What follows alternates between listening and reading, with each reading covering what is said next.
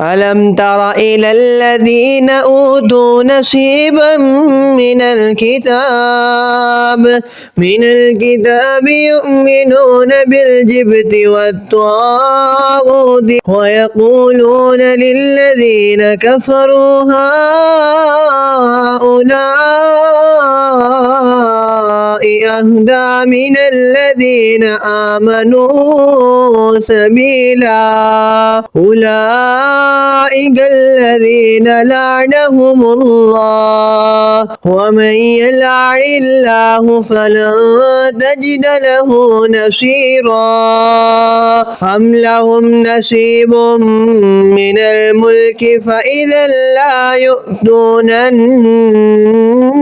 الناس نقيرا أم يحسدون الناس على ما آتاهم الله من فضله فقد آتينا آل إبراهيم الكتاب والحكمة وآتيناهم ملكا عظيما فمنهم من آمن به ومنهم من صد عنه وكفى بجهنم سعيرا إن الذين كفروا بآياتنا سوف نصليهم نارا كلما نضجت جلودهم بدلناهم جلودا غيرها ليذوقوا العذاب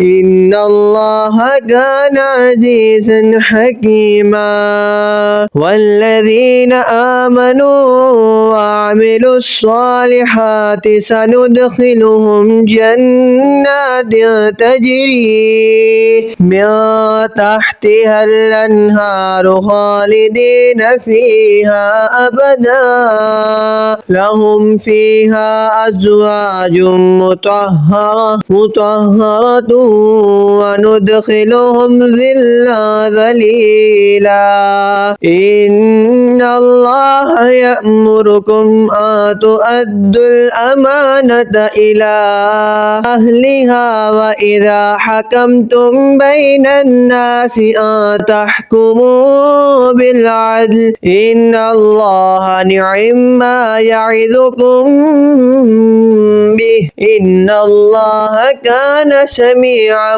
بصيرا يا أيها الذين آمنوا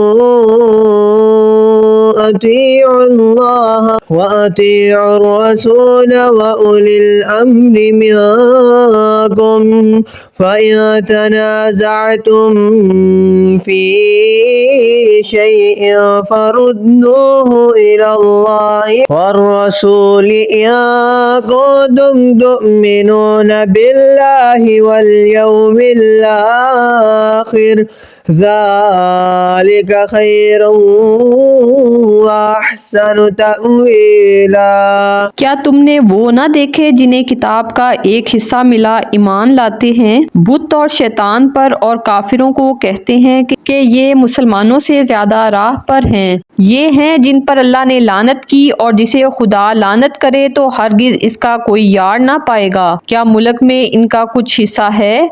ऐसा हो तो लोगों को तिल भर न दें या लोगों से हसद करते हैं इस पर जो अल्लाह ने इन्हें अपने फजल से दिया। तो हमने इब्राहीम की औलाद को किताब और हिकमत अता फरमाई और इन्हें बड़ा मुल्क दिया। तो इनमें कोई इस पर ईमान लाया और किसी ने इससे मुंह फेरा और दोज़ख काफ़ी है भड़कती आग।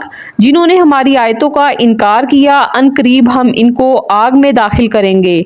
जब कभी इनको खा लें पक जाएंगी, हम इनके सिवा और खा लें, इन्हें बदल देंगे कि अजाब का मज़ा लें। बेशक अल्लाह गालिब हिकमत वाला है। और जो लोग ईमान लाए और अच्छे काम किए अनकरीब हम इन्हें बागों में ले जाएंगे जिनके नीचे नहरें रवां इनमें हमेशा रहेंगे। इनके लिए वहाँ सुथरी बीबियाँ हैं और हम इन्हें वहाँ दाखिल करेंगे जहाँ साया ही साया होगा। बेशक अल्लाह तुम्हें हुक्म देता है कि मानते जिनकी हैं इन्हें सुपुर्द करो और ये कि जब तुम लोगों में फैसला करो तो इंसाफ के साथ फैसला करो। बेशक अल्लाह तुम्हें क्या ही खूब नसीहत फरमाता है, बेशक अल्लाह सुनता देखता है। ए ईमान वालो, हुक्म मानो अल्लाह का और हुक्म मानो रसूल का और इनका जो तुम में हुकूमत वाले हैं। फिर अगर तुम में किसी बात का झगड़ा उठे तो उसे अल्लाह और रसूल के हुजूर रजू करो। अगर अल्लाह और क़यामत पर ईमान रखते हो ये बेहतर है और इसका अंजाम सबसे अच्छा।